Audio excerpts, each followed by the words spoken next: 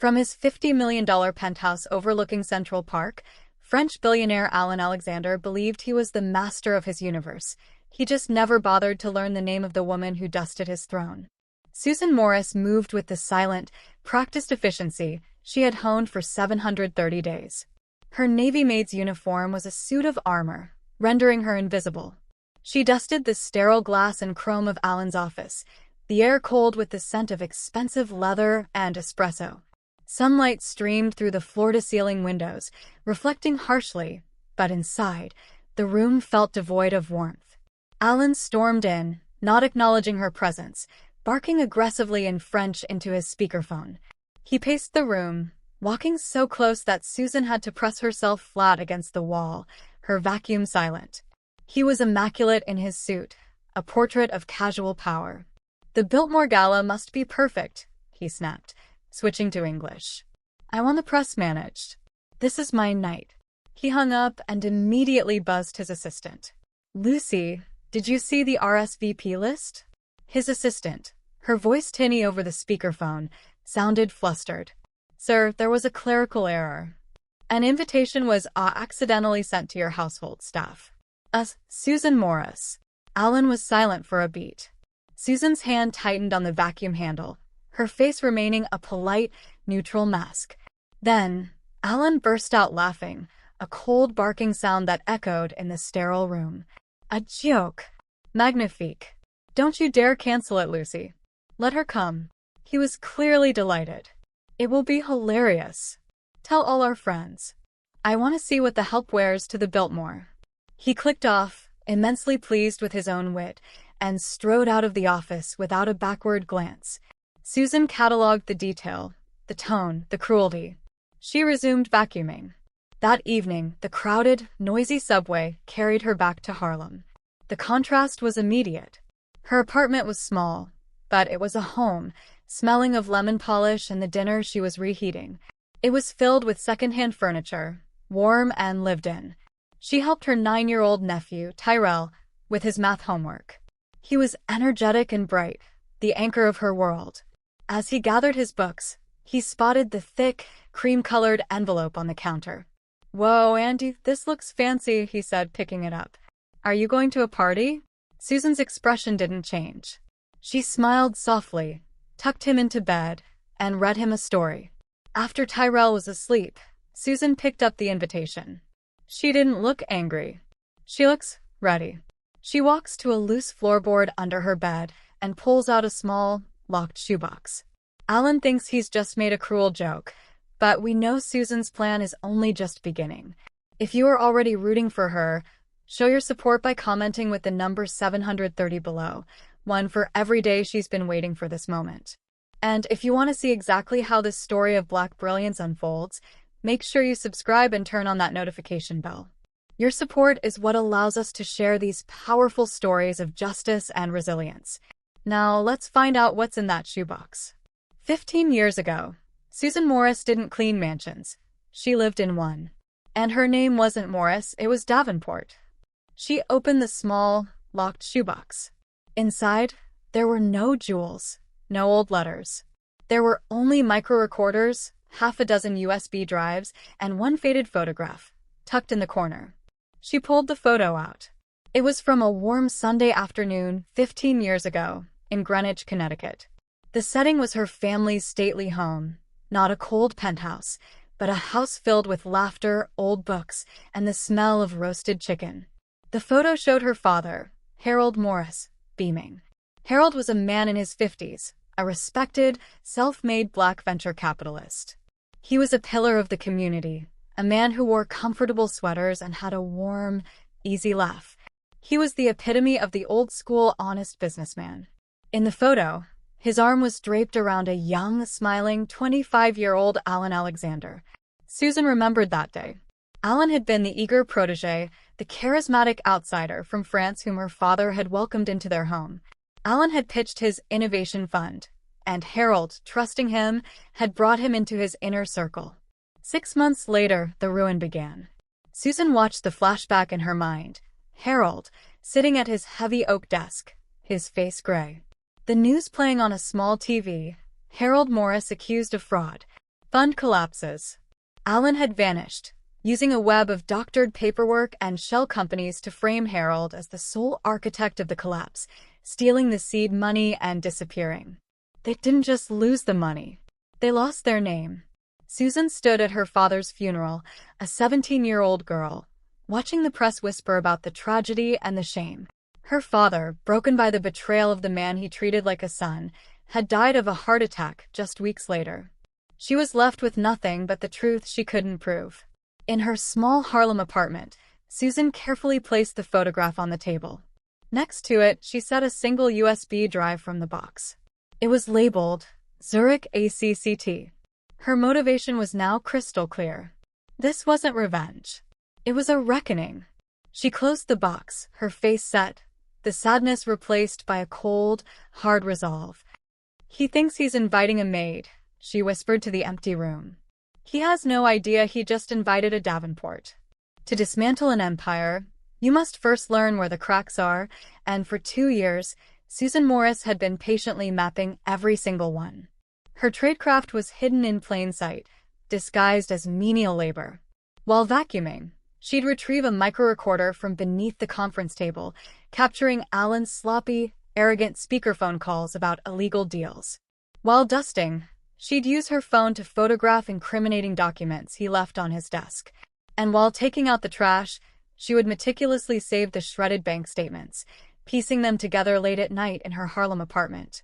Alan would walk past her, discussing incriminating deals, never once making eye contact, assuming she was too stupid or too invisible to understand.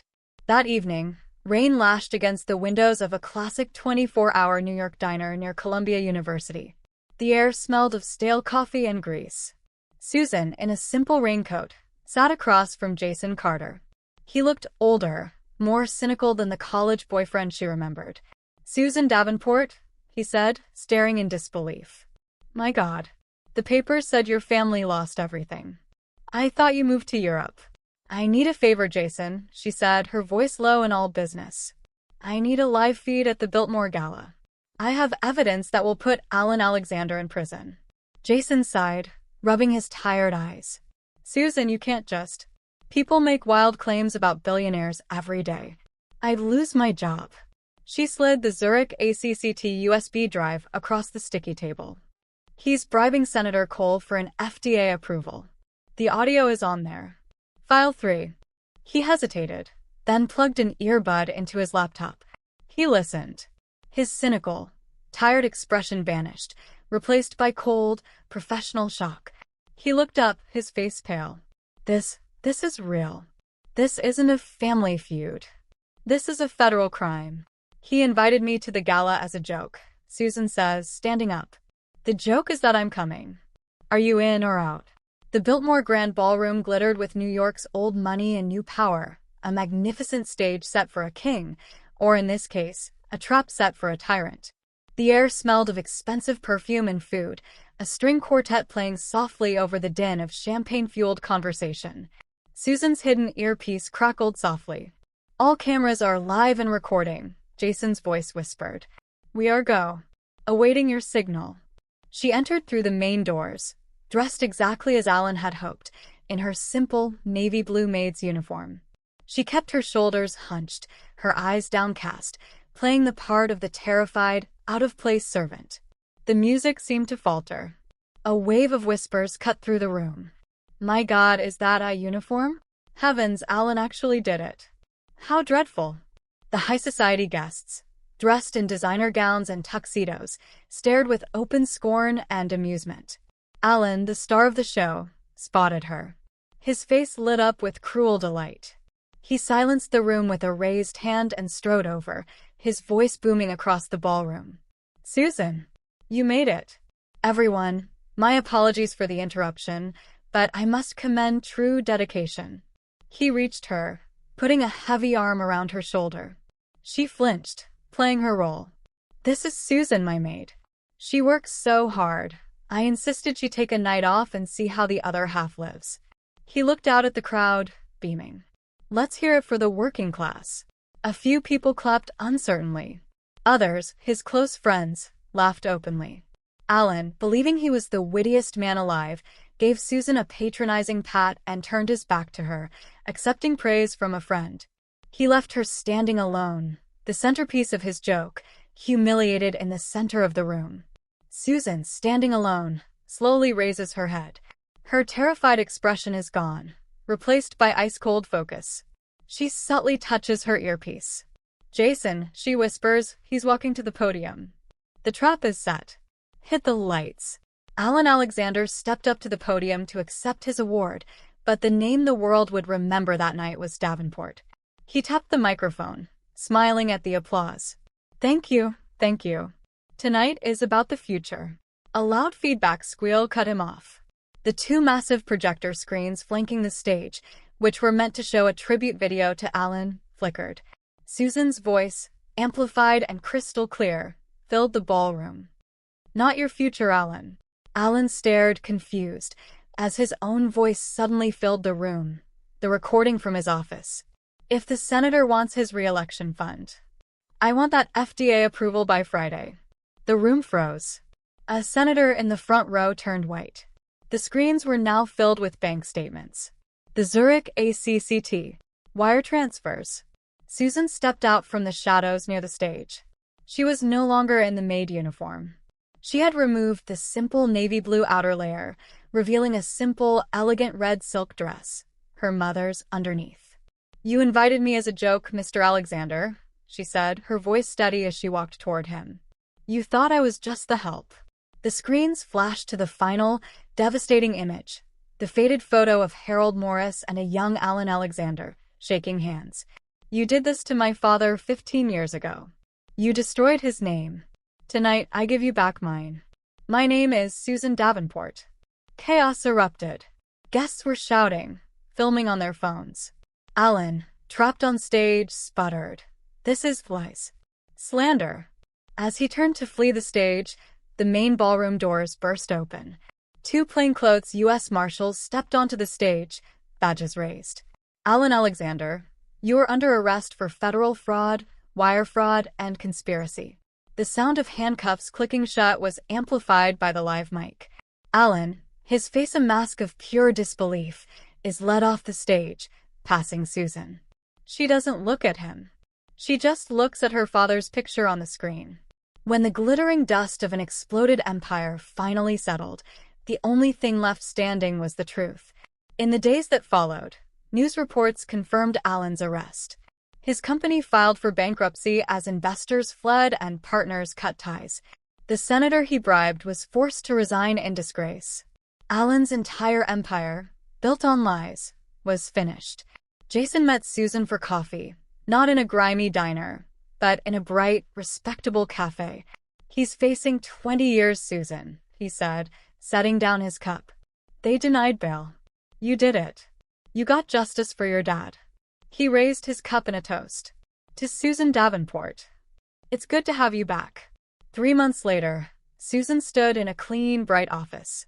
It was not a sterile penthouse, but a welcoming space with warm wood, plants, and shelves of law books.